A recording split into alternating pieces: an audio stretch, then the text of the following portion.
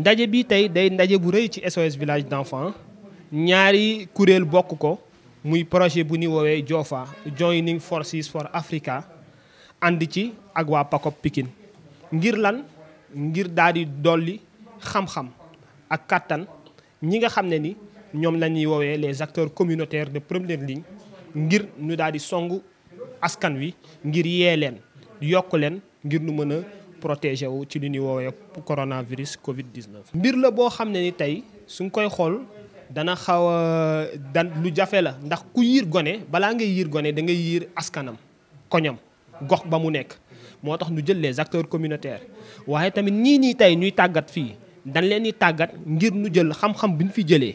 yóbbu ko ngir yiir waxtaan ak borom kër yi ci lépp loo xam ne ni nan la ñu war a waxtaanee ak gone yi nan la ñu war a def pour yiir gone yi ndax ku nekk xam nga ni jamono jii ñu toll xaw na jafe loolu parce que xale yi dañoo exposé wu parce que dañoo nekk ci période bu ñuy woowee vacances dama gone yi ndongo yi jàngeetuñu suñu jàngiwul lu ñuy def foo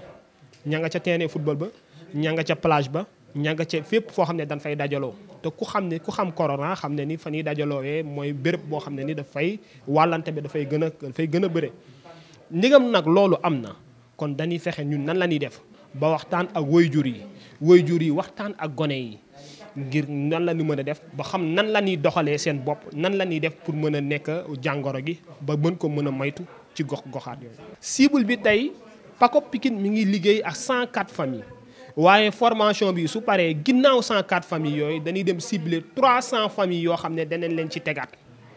300 familles yooyu tamit ci wetam danañ dem ci mbootaayu jigéen yi di ngeen dem ci mbootaayu jeunes yi dem ci mbootaayu xale yi yëpp ngir toog dafa ay waxtaan ay causerie ngir mën leen yee ci nan la ñuy def pour daal di mën a protéger wu ci protection de l'enfant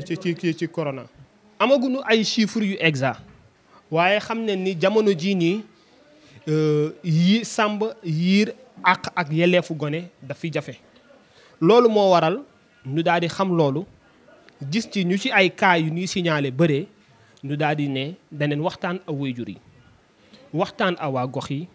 waxtaan ak gone yi seen bopp ngir ñu daal di gën a mën a sàmm ak seen àq ak seen yelleef loolu développé lu ñuy woowee autoprotection tey du mel ne formation bi nu ngi koy doxalee ak mag ñi dineen dajalewaat gone yi former leen donc pour lépp loola promouvoir lépp lu ñuy woowee donc maintenant protection de l'enfant. Cette formation que nous sommes en train de dérouler aujourd'hui en partenariat avec un projet de SOS Village d'enfants Joining Forces for Africa, JOFA, donc entre dans le cadre de nos actions globales que nous menons à l'attention des communautés en termes de protection de l'enfant. Cette formation sur la parentalité positive s'inscrit dans un contexte spécial, c'est le contexte Covid. C'est la raison pour laquelle aujourd'hui nous sommes dit qu'il serait bien de regrouper l'ensemble des structures communautaires avec qui nous travaillons autour du CQPE, qui est le comité de quartier de protection de l'enfant, renforcer leurs capacités en termes de sensibilisation, de communication et de sensibilisation sur la parentalité positive dans un contexte Covid. Et cette action, cette formation s'organise de manière synergique entre PACOP et JOFA pour soulager et mieux protéger les enfants dans ce contexte de Covid. Parentalité positive, il y a la discipline positive. Mais c'est comment discuter avec les enfants, comment communiquer avec les parents, comment les parents doivent communiquer avec les enfants pour leur parler des mesures barrières, de tout cela donc dans un contexte Covid. Les amener à adopter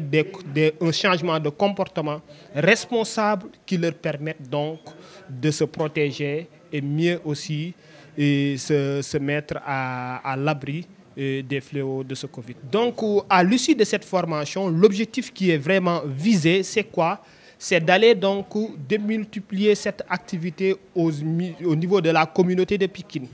Déjà, nous travaillons avec 104 familles et nous ciblons aussi 300 familles qui seront donc touchées à travers des VAD. Mais aussi les groupes de jeunes, les groupes de femmes seront touchés à travers aussi des causeries après cette formation. Voici l'objectif qui a été fixé par SOS dans cette activité. Nous n'avons pas de chiffres exacts, mais nous savons que le contexte est vraiment favorable pour que les enfants soient contaminés ou bien exposés. Parce que nous sommes en période de vacances, les enfants sont toujours autour du jeu, sont autour des plages, des terrains de football et tout cela. Et ce sont des terreaux fertiles donc, de propagation du virus. C'est la raison pour laquelle donc, maintenant nous voulons vraiment les conscientiser, les amener aussi à adopter des comportements responsables qui leur permettront de s'échapper au corona. Merci beaucoup. C'est ce qui nous pousse même à faire cette formation. Donc maintenant, le respect des droits de l'enfant aussi fait appel à des compétences techniques et pratiques en termes de protection de l'enfant. C'est pourquoi on s'est dit, on ne s'en limite pas à ça. Il faut renforcer les parents à pouvoir protéger les enfants, renforcer leur communauté à pouvoir les protéger, mais en fait aussi communiquer avec les enfants pour qu'ils puissent donc maintenant se protéger. Donc, et ainsi, on respecte là leurs droits de protection de l'enfant.